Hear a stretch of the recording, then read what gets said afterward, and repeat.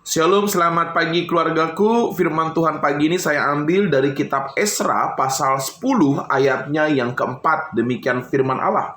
Bangkitlah karena hal itu adalah tugasmu. Kami akan mendampingi engkau. Kuatkanlah hatimu dan bertindaklah.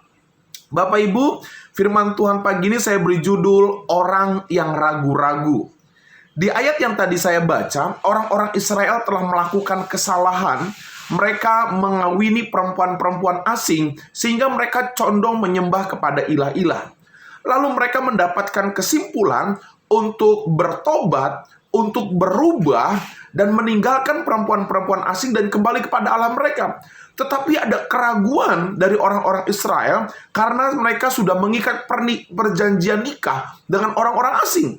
Dan Esra berkata di ayat yang keempat, bangkitlah karena itu adalah tugasmu, kami akan mendampingi engkau, kuatkanlah hatimu, dan seterusnya.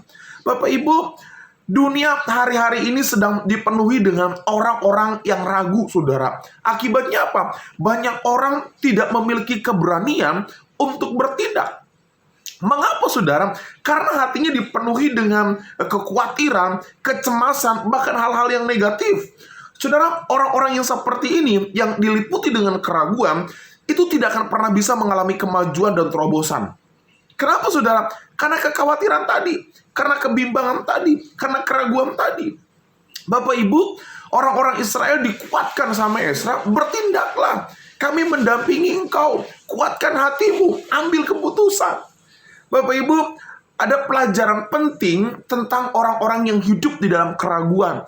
Dan saya pikir pelajaran pagi ini akan membukakan mata hati kita, pikiran kita, supaya kita tidak menjadi orang-orang yang hidup di dalam keraguan. Yang pertama, saudara, pelajaran penting tentang keraguan adalah orang-orang yang ragu tidak akan mengalami kemajuan dalam hidupnya. Saudara, ada banyak orang-orang yang hidup dalam keraguan bukan karena mereka tidak pintar, bukan karena mereka tidak cerdas, bukan karena mereka tidak berintelek, tetapi karena diliputi dengan keraguan, sehingga hasilnya nol. Beda dengan orang yang mungkin IQ-nya biasa saja, rata-rata orang mungkin pengalamannya minim, tapi ketika mereka punya tindakan yang pasti untuk melakukan sesuatu, mengambil keputusan, maka orang itu berhasil hidupnya. Bapak Ibu, orang yang ragu tidak mengalami kemajuan. Lalu yang kedua, orang yang ragu tidak bisa mengambil keputusan yang berkualitas. Kadangkala keraguan membuat kita salah pilih. Keraguan seringkali membuat kita memilih sesuatu yang buruk. Hati-hati Bapak Ibu. Lalu yang ketiga, orang yang ragu itu akan selalu mengalami keadaan yang tercekam. Dan terakhir, orang yang ragu itu tidak berani mengambil resiko dalam kehidupan. Bapak Ibu keluargaku, pagi ini mari kita akan belajar bersama-sama dari Esra. Jadilah pribadi yang tidak hidup dalam keraguan, berani mengambil keputusan yang benar sesuai dengan firman Tuhan. Selamat pagi keluargaku, Tuhan memberkati kita semua. Shalom.